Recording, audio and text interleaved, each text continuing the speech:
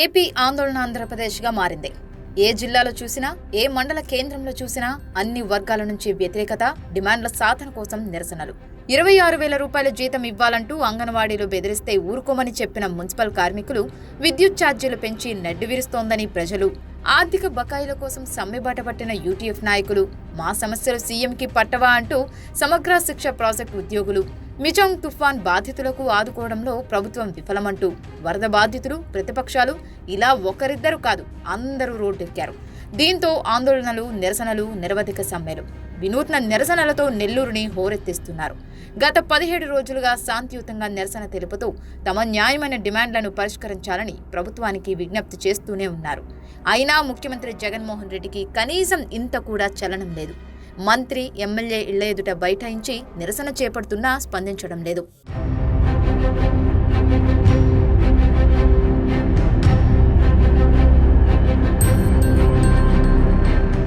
2019లో తన పాదయాత్ర సందర్భంగా అక్క చెల్లెమ్మలంటూ ఎప్పుడు అండగా ఉంటాడని జగన్ నమ్మకంగా చెప్పాడు. వైసీపీ అధికారంలోకి రాగానే మీ బాధలన్నీ తీర్చేస్తానని కమ్మని తీయని మాటలు చెప్పి జగన్ అధికారంలోకి వచ్చేశాడు.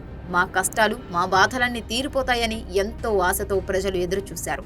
గడిచిన 5 ఏళ్లుగా ఇచ్చిన హామీలన్నీ మర్చిపోయి మడమ తిప్పేసి మమ్మల్ని రోడ్డున పడేశాడు ఈ జగనన్న అంటూ అక్కా చెల్లెమ్మలు, ప్రజలు తీవ్ర ఆగ్రహం వ్యక్తం చేస్తున్నారు.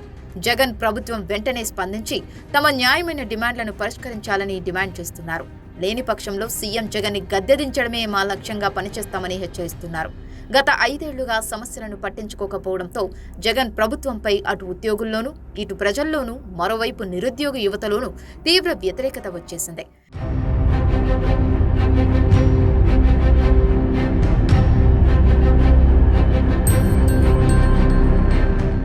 గత 17 రోజులుగా శాంతియుతంగా రోడ్డెక్కి అంగన్వాడీలు నిరసన తెలియజేస్తున్నారు.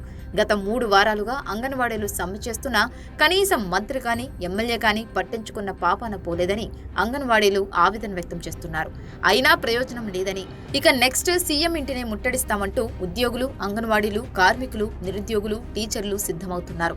గత తెలుగుదేశం ప్రభుత్వంలో ఇలాంటి పరిస్థితులు లేవని ప్రజలు, ఉద్యోగులు చర్చించుకుంటున్నారు. తమ సమస్యల్ని పరిష్కరించమని కోరితే అందుకు జగన్ ప్రభుత్వం స్పందించడం లేదంటున్నారు. జగనన్న వద్దని, మాకు చంద్రన్నే కావాలని ప్రజలు, నిరుద్యోగులు బహిరంగంగానే చెబుతున్నారు.